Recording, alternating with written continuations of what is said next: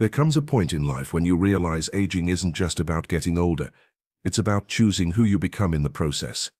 Most people approach their later years with quiet resignation, as if decline were inevitable. They watch their energy fade, their purpose dim, and their connections weaken, believing this is simply how life unfolds. But this passive surrender is a dangerous illusion. The truth is, how you age depends entirely on the daily choices you make right now. Healthy aging isn't about chasing youth or clinging to the past. It's about meeting each day with intention, refusing to let comfort become a prison, and recognizing that your body, mind, and spirit still demand your respect. The habits that define your later years aren't formed by accident. They're built through discipline, through the quiet decisions to move when you'd rather sit, to nourish when you'd rather indulge, and to connect when you'd rather withdraw. The world will tell you that slowing down is natural, that fatigue is inevitable, that isolation is just part of growing older. But these are lies. Science proves otherwise. Structure preserves your mind, movement sustains your body, and purpose fuels your spirit. The difference between those who fade and those who flourish isn't luck or genetics. It's whether they still show up for themselves, day after day, long after society expects them to retreat. This isn't about living forever. It's about living fully, right now, with whatever time you have left. Because aging well isn't a luxury. It's a rebellion, a refusal to disappear, a declaration that you're still here, still capable, still needed. The path isn't easy, but it's simple. Wake with purpose. Treat your body as sacred. Chase meaning over comfort. Nurture real connections, and keep a vision that pulls you forward. The clock is ticking, but the choice remains yours. Will you merely grow old? Or will you grow stronger, wiser, bolder, with every passing year? The alarm rings at the same time it always does. You reach over, turn it off, and for a moment you're tempted to roll over and steal another hour of sleep. After all, you're not rushing to work anymore. There's no boss expecting you, no meetings demanding your presence. The day stretches before you, shapeless and open. This is the freedom you've waited for your whole life. But here's the uncomfortable truth. This freedom, if left unchecked, will quietly erode everything that makes life worth living. Structure isn't the enemy of freedom. It's the foundation. When you stop structuring your days, time doesn't expand. It evaporates. One unplanned morning blends into another, until weeks disappear without leaving any mark. You start forgetting what day it is. Meals happen whenever you feel like it. Exercise gets postponed until later.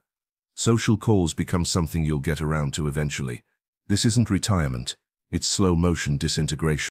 Your brain and body thrive on rhythm. They're designed to function best when given predictable patterns. When you wake and sleep at consistent times, your body regulates hormones that control energy, appetite, and recovery. When you eat at regular intervals, your metabolism stays balanced. When you move your body daily, you maintain the strength and mobility that keep you independent. These aren't suggestions, they're biological necessities. The moment you abandon them, you're not just being casual with your schedule, you're accelerating your own decline. Consider the power of a morning ritual. Not some elaborate routine, but a simple sequence that tells your brain the day has begun. Making your bed isn't about neatness. It's about starting with a small accomplishment. A glass of water before coffee isn't just hydration, it's respecting your body's needs before your cravings. 15 minutes of stretching or walking isn't about fitness, it's maintaining the basic mobility that keeps you from becoming a prisoner in your own home. These tiny acts of discipline create momentum that carries through your entire day. The danger isn't inactivity, it's randomness. A day with no structure becomes a day with no purpose. You might fill hours with television or scrolling, but at sunset, you'll feel emptier than when you woke. Contrast this with a day that has even the simplest framework. Up at 7, breakfast at 8, a walk at 10, reading at 2, a phone call to a friend at 4. Each small anchor point gives shape to time and meaning to motion. You're not just passing hours, you're living them. As we age, the external structures that once organized our lives, jobs, parenting, social obligations, often fall away. What remains is entirely up to us. This is where most people fail. They mistake the absence of demands for permission to drift. But the most vibrant seniors, those who remain sharp, engaged, and vital, understand a crucial truth. When the world stops imposing structure, you must impose it on yourself. This isn't about rigidity. It's about creating a framework flexible enough to accommodate spontaneity, but strong enough to prevent collapse. Maybe your schedule is just 3 non-negotiable daily anchors: a morning walk, an hour of reading, and a proper meal at the table instead of in front of the TV. The specifics don't matter as much as the consistency. What matters is that you're in charge of your time rather than being at its mercy. The resistance to structure often comes disguised as a desire for freedom. I've earned the right to do what I want when I want, we tell ourselves. But this is a fantasy. True freedom isn't the absence of routine. It's having the strength and health to enjoy your days. The person who maintains simple daily disciplines enjoys far more freedom than the one who does whatever they want, but can't walk upstairs without pain or remember why they entered a room. There's a deeper psychological layer at work here. When you stop structuring your time, you're not just losing hours, you're losing yourself. Identity forms through action, without purposeful activity. You stop being someone who does things and become someone who just is. And just being is a recipe for invisibility, to others, and eventually to yourself. The good news? It's never too late to rebuild structure. Start brutally small. Pick one anchor, a consistent wake time, a daily walk, a set meal schedule, and protect it fiercely. Don't try to overhaul everything at once. Add structure gradually, like adding bones to a body that's gone soft. Within weeks, you'll notice something remarkable. The days feel longer because they're fuller. You sleep better because you're actually tired. Small accomplishments accumulate into genuine self-respect. This is how you fight back against the slow fade of aging. Not with dramatic gestures, but with the quiet power of showing up for yourself day after day.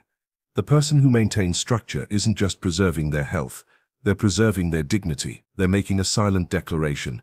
I'm still here, I still matter, and I intend to keep mattering for a long time to come. The choice is yours. Every morning when that alarm rings, roll over, and the day disappears. Get up with purpose, and you keep yourself alive in the deepest sense. Not just breathing, not just existing, living on your terms, with intention, for as long as you possibly can.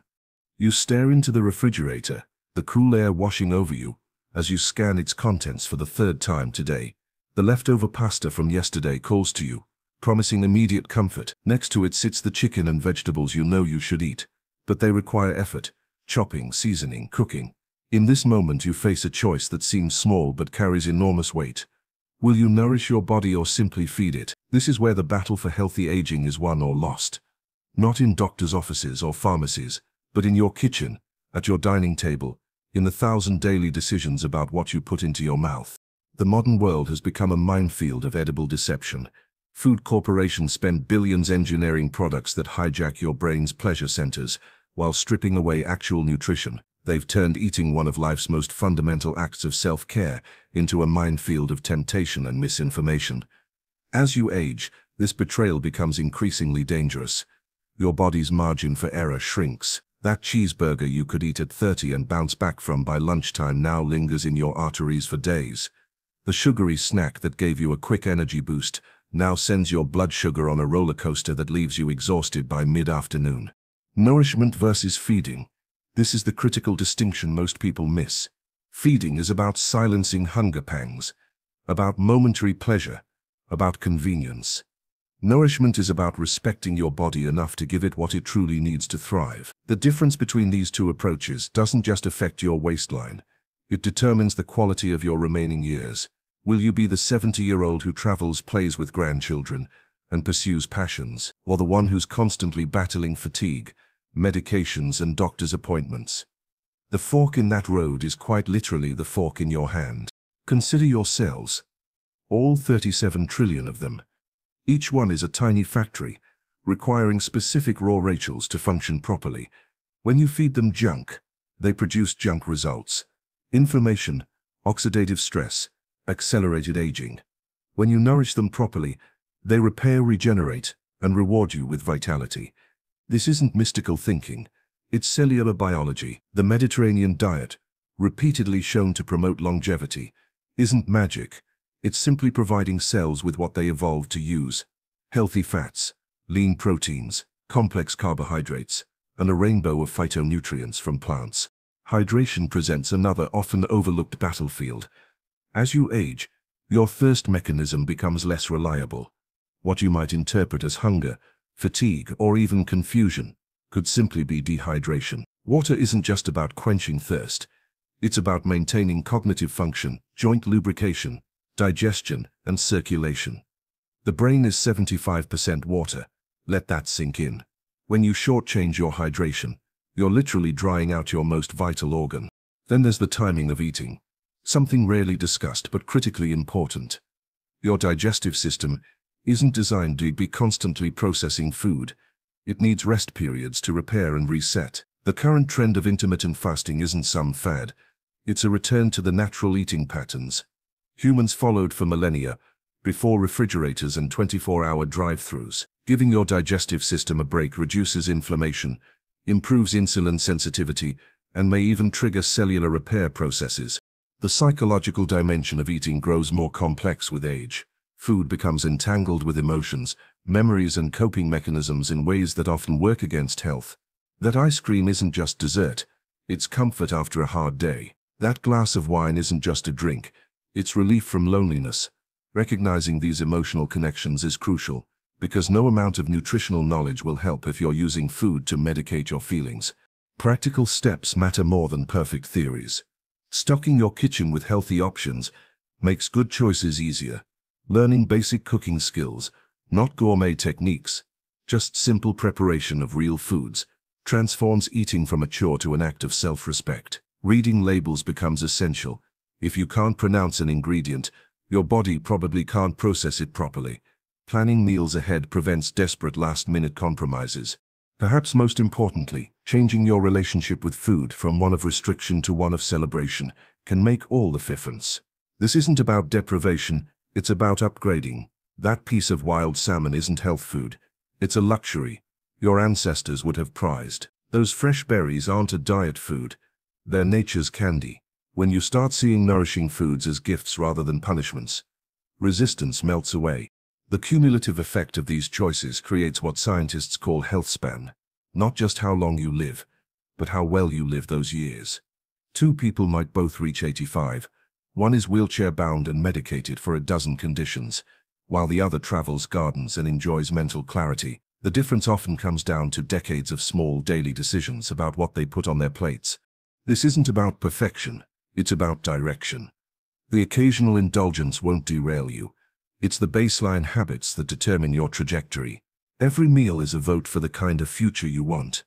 With each bite, you're choosing between accelerated decline or sustained vitality, between being limited by your body or being empowered by it, between merely surviving your later years or truly thriving through them. The power is literally in your hands. Every time you shop, every time you cook, every time you lift your fork, your cells are listening. Your future self is watching. What will you tell them with your next meal? The recliner's embrace feels like a warm hug after a long day. The remote sits within easy reach. The television flickers to life with mindless entertainment, and the world's demands fade into background noise. In this moment of surrender, comfort whispers sweet lies in your ear. You've earned this. You deserve to relax. What's the harm in taking it easy? The danger isn't in occasional rest. It's in making comfort your default setting, your permanent address. This seductive trap masquerades as self-care, while quietly eroding your capacity for meaningful living. Human beings weren't designed for perpetual comfort any more than swords were meant to stay in their sheaths. Our muscles atrophy without challenge. Our minds grow dull without stimulation. Our spirits wither without purpose. The paradox of aging is that the more you prioritize ease over effort, the harder every aspect of life eventually becomes. That comfortable chair that seems so inviting today may become your prison tomorrow when you discover you lack the strength to rise from it without assistance. The mental effort you avoid today compounds into cognitive decline tomorrow. The social connections you neglect today leave you isolated and invisible when you need them most. Meaning doesn't reside in comfort zones, it lives at the edges of them. Consider the vibrant 80-year-olds who continue to work part-time, not because they must, but because it gives them purpose. The retirees who learn new languages or musical instruments despite stiff fingers and fading hearing. The grandparents, who volunteer at schools or shelters, investing in younger generations rather than counting their aches. These individuals understand a fundamental truth.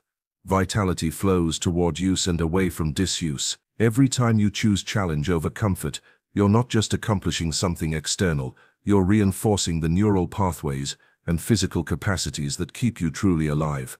The science behind this is unequivocal. Muscles obey the use it or lose it principle with brutal efficiency. Cognitive reserve, the brain's resilience to age-related damage, grows through continued learning and problem-solving. Emotional well-being thrives on social contribution and generativity. The sense that you're leaving a meaningful legacy. None of these develop through television marathons or endless scrolling. They require leaning into difficulty, embracing manageable struggle, and remaining engaged with life's demands rather than retreating from them. Comfort's most insidious lie is convincing you that the safe choice is the smart choice. But risk avoidance becomes its own form of risk. The person who stops driving because they're afraid of accidents may lose their independence faster through isolation and reduced mobility. The individual who avoids social gatherings because they're tiring may accelerate cognitive decline through lack of stimulation. The writer who abandons their memoir because the technology feels intimidating may lose their chance to leave wisdom for future generations. Every withdrawal from life's friction carries hidden costs that compound over time. This isn't a call to reckless exertion, but to intentional engagement. The key lies in finding your personal edge, that sweet spot between overwhelming difficulty and mindless ease. Maybe it's volunteering one day a week when you'd rather stay home. Perhaps it's taking on a small home improvement project that requires learning new skills. It could be as simple as striking up conversations with strangers when you're out running errands, instead of avoiding eye contact. These deliberate acts of participation maintain your connection to the world and your place in it. The Japanese concept of ikigai, your reason for getting up in the morning, becomes increasingly vital with age.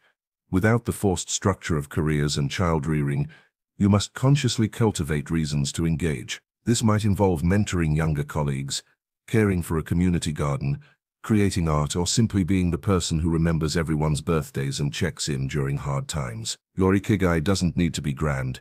It needs to be genuine, something that gets you out of your head and into the stream of life. The final deception of comfort is making you believe you have unlimited time.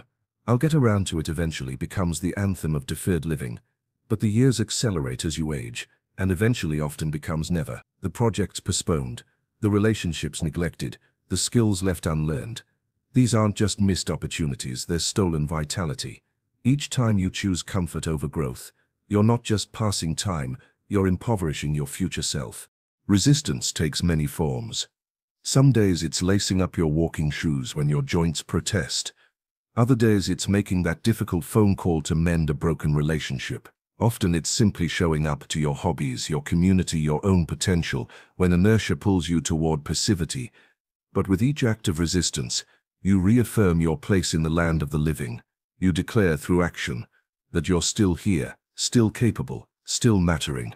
The recliner will always beckon with its siren song of ease. But true fulfillment lies beyond its plush arms, in the friction of engagement, the satisfaction of contribution, the quiet pride of having stretched rather than shrunk from life's challenges. Your later years can be a time of unprecedented growth if you refuse to make comfort your compass. After all, ships weren't built to stay in harbor, and neither were you. The mirror reflects back a map of your journey, lines etched by laughter and worry, hands that have held both joy and sorrow, a body that has carried you through decades of living. Yet somewhere along the way, society whispers that this miraculous vessel has outlived its usefulness, that its changing form means diminishing value. Nothing could be further from the truth. Your body at 60, 70, or 80 remains a sacred instrument, not a relic to be discarded, but a masterpiece to be honored, maintained, and played with reverence until the final note. Western culture treats aging bodies like outdated machines, patched up when broken, tolerated until replacement parts run out, then parked in storage. But this mechanistic view misses the profound truth. Your body isn't hardware. It's a living, responsive ecosystem that adapts to how you treat it. Neglect turns it brittle. Respect makes it resilient. The difference lies in whether you see your body as a burden or as the most intimate gift you'll ever possess. Movement becomes worship when performed with this awareness. That morning walk isn't just exercise, it's a conversation with your joints, muscles, and bones. Each step whispers, "I still need you." Stretching isn't mere maintenance. It's an act of gratitude for mobility. Strength training defies gravity's relentless pull, shouting back against the cultural expectation that frailty is inevitable. The goal isn't to recapture youth, but to honor your current form by keeping it capable of lifting grandchildren, of traveling, of rising unaided from the floor after gardening. These aren't frivolous desires, they're declarations of independence. Nutrition transforms when viewed through this sacred lens. Food stops being about restriction or guilt and becomes about fueling what you cherish. That leafy green isn't healthy eating, it's magnesium for your heartbeat, vitamin K for your bones, fiber for your gut microbiome. The glass of water you sip is synovial fluid for your knees, cerebrospinal fluid for your brain, moisture for the eyes that still want to behold beauty. Every meal becomes an opportunity, not to diet but to fortify the temple where your soul resides. Sleep's sacredness reveals itself in age. Where youth could burn the candle at both ends, maturity demands respect for circadian rhythms. That evening wind-down ritual, whether tea, reading, or meditation, isn't just preparation for rest, it's alignment with the cosmic rhythm of day and night. Deep sleep becomes the nightly repair session, where growth hormone mends tissues, cerebrospinal fluid flushes brain toxins, and memories consolidate. Skimp on this and you're robbing your body of its natural healing cycle. The spiritual dimension of bodily care emerges with time. That moment of pausing to breathe deeply before reacting isn't just stress management, it's communion between mind and flesh. The decision to turn off screens an hour earlier honors your nervous system's need for true darkness. Applying lotion to dry skin becomes a tactile meditation on mortality and care, rather than a chore. Even medical checkups shift from fear-based obligations to acts of stewardship, not because you're broken, but because you're precious. Pain and limitation inevitably visit every aging body, but here too, sacred attention alters everything. That sore knee isn't just an annoyance, it's a messenger saying, "Let's adjust how we move." Fatigue isn't merely inconvenience, it's the body's wise plea for recalibration. Learning to distinguish between good pain, the muscle burn of growth, and bad pain, the shriek of injury, becomes a refined language of self-listening. The sacred view rejects both punishment and permissiveness. No browbeating your body for slowing down, no resentful comparisons to younger versions of yourself, but also no license to abandon care under the guise of acceptance. True reverence walks the middle path, appreciating what your body can do today while lovingly challenging its edges. Maybe you can't run marathons, but could you walk a 5K? Perhaps ballet is beyond reach, but might Tai Chi's flowing movements keep you agile? Ritualizing care deepens the practice. Lighting a candle before yoga, giving thanks before meals, applying arthritis cream with mindful attention rather than hurried annoyance. These small ceremonies transform maintenance into meaning, reminding you that tending your body is neither vanity nor obligation. It's the deepest form of earthly gratitude. The world will try to sell you anti-aging potions and quick fixes.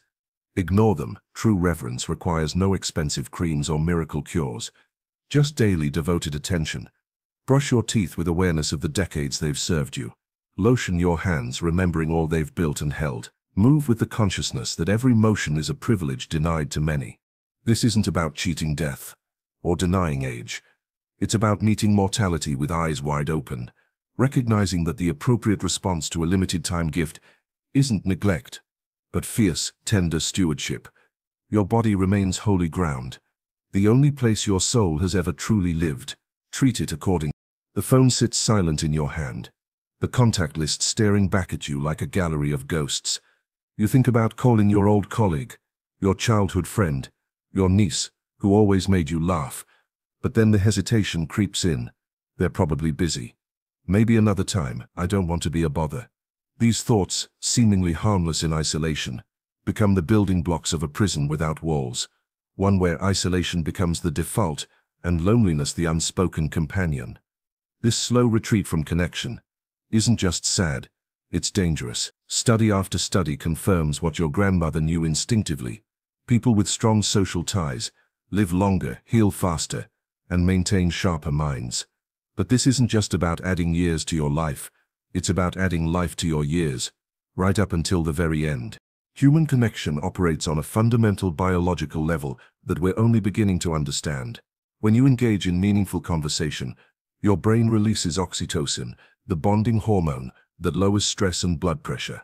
When you share laughter with friends, your body produces endorphins that act as natural painkillers. Even simple physical touch, a handshake, a pat on the back, stimulates the vagus nerve, which helps regulate everything from your heart rate to your digestive system. These aren't just pleasant experiences, they're biological necessities that keep your systems functioning optimally. The shocking truth: chronic loneliness has been found to be as damaging to longevity as smoking 15 cigarettes a day. Your social life isn't ancillary to your health, it's foundational. Yet modern aging often conspires against connection. Retirement removes workplace interactions. Children build their own lives elsewhere. Friends move or pass away. The easy social scaffolding of younger years collapses, and many find themselves staring at weeks with no meaningful conversation beyond cashiers and doctors. This isn't just unfortunate, it's a public health crisis hiding in plain sight. But here's the crucial distinction. Isolation describes your circumstances. Loneliness describes your response to them. Plenty of people with limited social opportunities cultivate rich inner lives and maintain vital connections. Others, surrounded by people, feel utterly alone. The difference lies in intentionality, the decision to reach out rather than wait to be reached, to build rather than lament what's been lost. Deep relationships in later life require courage of a particular kind. The courage to be vulnerable. When you're 20, friendships form over shared adventures and future dreams. At 60 or 70, they form over shared histories and present realities, the aches and joys, the loss and hard-won wisdom. This demands showing up as your authentic self, not the carefully curated version you once presented to the world. It means admitting when you're struggling, asking for help when needed, and allowing others to see your unfiltered humanity. Ironically, it's this very vulnerability that creates the strongest bonds. When you dare to say, "This aging thing is harder than I expected," you give others permission to drop their facades too. Technology offers paradoxical solutions here. While excessive screen time undoubtedly contributes to isolation, used wisely, it becomes a lifeline. Video calls bridge geographical divides. Messaging apps maintain daily connections that would otherwise fade. Online communities provide belonging for those with niche interests or mobility challenges. The key is ensuring technology facilitates rather than replaces human connection. The difference between Skyping with grandchildren versus mindlessly scrolling through social media. Intergenerational relationships emerge as one of aging's most overlooked gifts. Younger people hunger for the perspective only lived experience can provide, not in the form of lectures, but through shared activities and genuine curiosity about each other's worlds. The retiree teaching a teenager to fish exchanges more than technique. They exchange worldviews. The grandmother volunteering at a community garden alongside college students becomes both mentor and student, showing how to nurture plants while learning about climate change. These connections benefit both parties profoundly. The young gain roots, the old gain branches reaching toward the future. Yet relationships inevitably change with time, and part of healthy aging involves graceful adaptation. Some friendships will fade due to diverging interests or capacities. This is natural. Others may require recalibration as health or mobility issues arise. The weekly tennis game might become a monthly lunch. The book club that met in homes might transition to video calls. The art is in preserving the essence of connection while flexing the form it takes. The shadow side of connection is loss. The more you love, the more you have to grieve.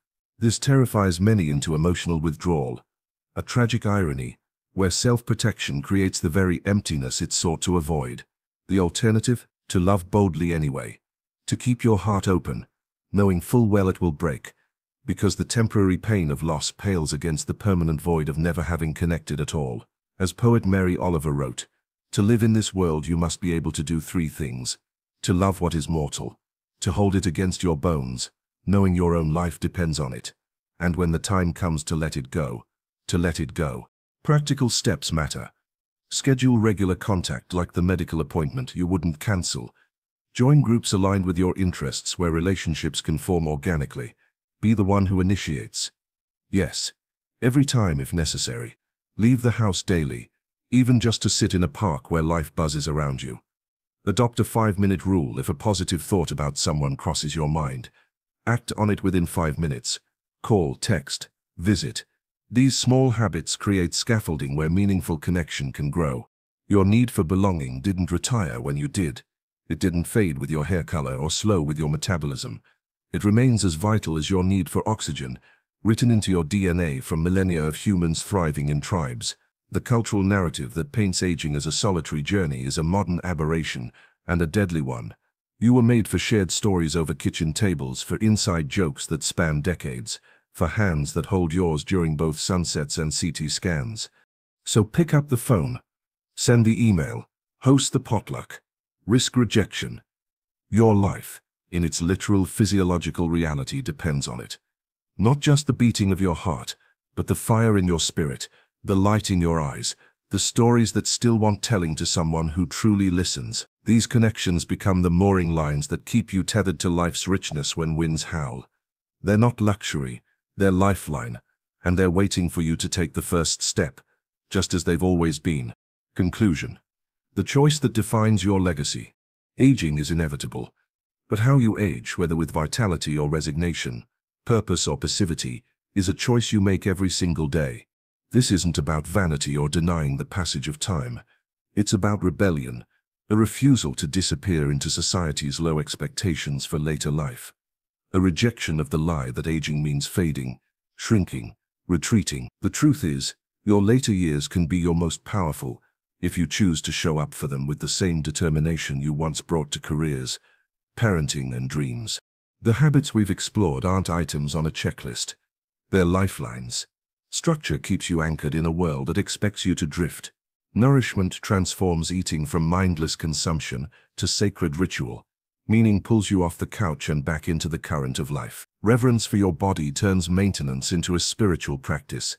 Deep connection reminds you and the world that you still belong here. But here's the secret no one tells you. These habits don't just preserve you, they transform you. The discipline of rising at the same time each morning rebuilds your self-respect. The decision to eat for vitality rather than comfort rewires your relationship with pleasure. The courage to pursue purpose over ease reignites your spirit. The daily act of treating your body as sacred restores your dignity. The choice to reach out rather than isolate reconnects you to the pulse of life itself. You are not a passive bystander to aging. You are an active participant. Every meal, every conversation, every morning routine, every moment you choose engagement over escape, these are the bricks with which you build your future. Not just more years, but better ones. Years where you wake up excited. Years where your body feels like an ally rather than a burden. Years where your wisdom finds ears eager to hear it. The world needs older people who refuse to fade, who stand as proof that aging isn't about decline. It's about distillation, that the passing years can sharpen you rather than dull you, if you let them. That the fire doesn't have to go out, it can burn brighter, cleaner, and warmer than ever. So the question isn't how do I age well? It's who do I want to be in these years I've been given. The answer is yours to live. Starting today, not tomorrow, not next year, now, because time isn't waiting. But you're just getting started.